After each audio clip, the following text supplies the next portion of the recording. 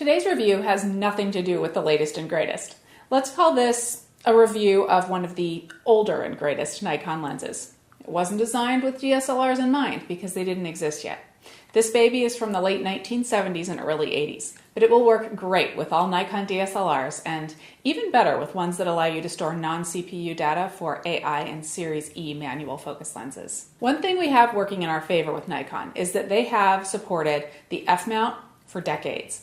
That includes tremendous capabilities and is what lets me use this with this. Now, one thing I will mention, when you're using an older lens like this, you're committing to taking a higher level of control.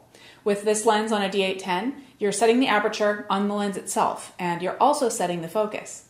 This is like a manual transmission for your car. Sure, you can jump in an automatic, stomp on the gas, and speed down the road. But if you're the type that likes to take control and be a more involved part of the system, shift the gears, work 3 pedals with 2 feet, the retro lens experience on a modern DSLR might be something you wish to try. I started reviewing this lens as a challenge to myself.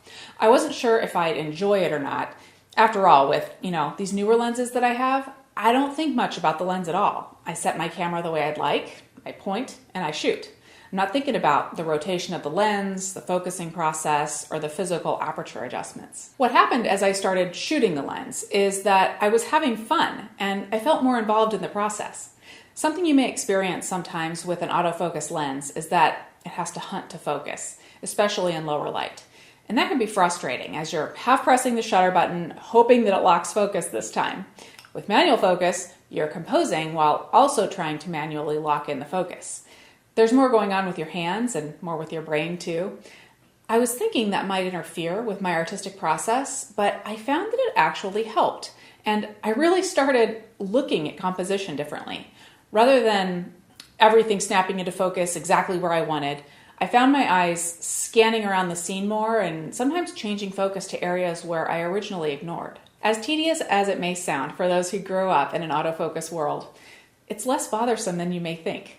With this lens, once something is just a few feet away or more, the focus adjustments, they don't require a lot of movement in the focus ring.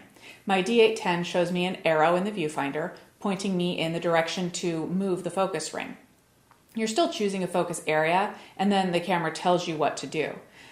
And then it will give you a confirmation dot when you're in focus even. It's not difficult, and it's begging you to be more creative than ever. For aperture, you're setting that manually on the lens. One thing I noticed on newer bodies is that the mount is recessed a bit, making this more awkward.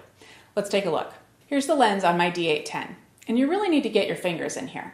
On my older FG, there's less camera body in the way of the mount, and it's easier to adjust the aperture. Okay, so those are the mechanics of using this lens on a newer DSLR.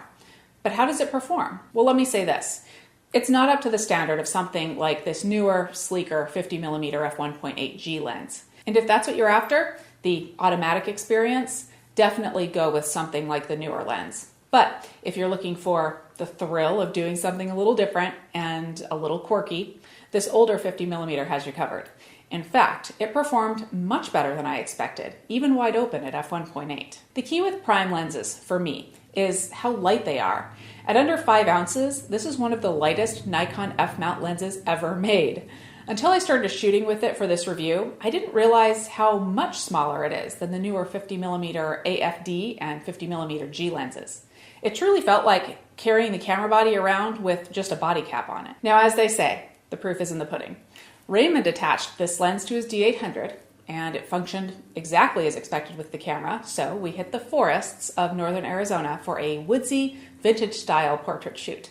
For me, this lens is all about capturing the magic of an earlier time, a time before these, and when photography was about this and these, instead of a memory card and compression settings. It was a magical evening. First, we clicked off some shots of a product that I was reviewing at the time, and then just as the sun was starting to set, we went to a few different areas in the forest. Here's a shot at f1.8, and one at f2.8, and one at f4.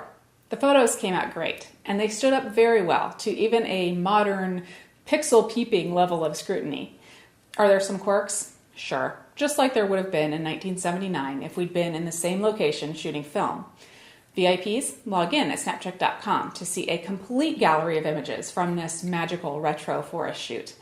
If you're not a VIP member, you can learn more about the membership options on my site too. Okay, don't get me wrong. I love the lenses that I own that were produced in the last few years, but I see them as something different, not necessarily something better.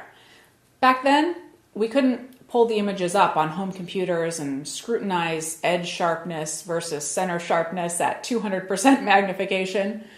For me, maybe those softer edges and a bit of natural vignetting add to the image rather than take away from it. And in fact, some of the look and feel that I got from these images are characteristics that people add to their images when editing in Lightroom now. If you follow me, you know that I'm not a computer jockey when it comes to photography. I enjoy the process of capturing the image, not necessarily making it into something else later on at a computer. Using this old lens, I was focused on the moment, getting the look I wanted, and not thinking ahead to adjustments that I'd make later on. For me, there's a certain zen or magic to that. Controlling the aperture dial, setting the focus manually, and getting the look and feel of the shot nailed in the moment, exactly when the image is captured. Were the images technically perfect, sharp all the way across the frame without occasional lens flare or aberration? No, no, and no. And I wouldn't have wanted it any other way. Thank you for watching this somewhat unusual review. You can check your specific camera manual for compatibility information to see if your camera can work with a lens like this. And if you do have questions about your camera body and manual focus lenses, let us know here in the comments.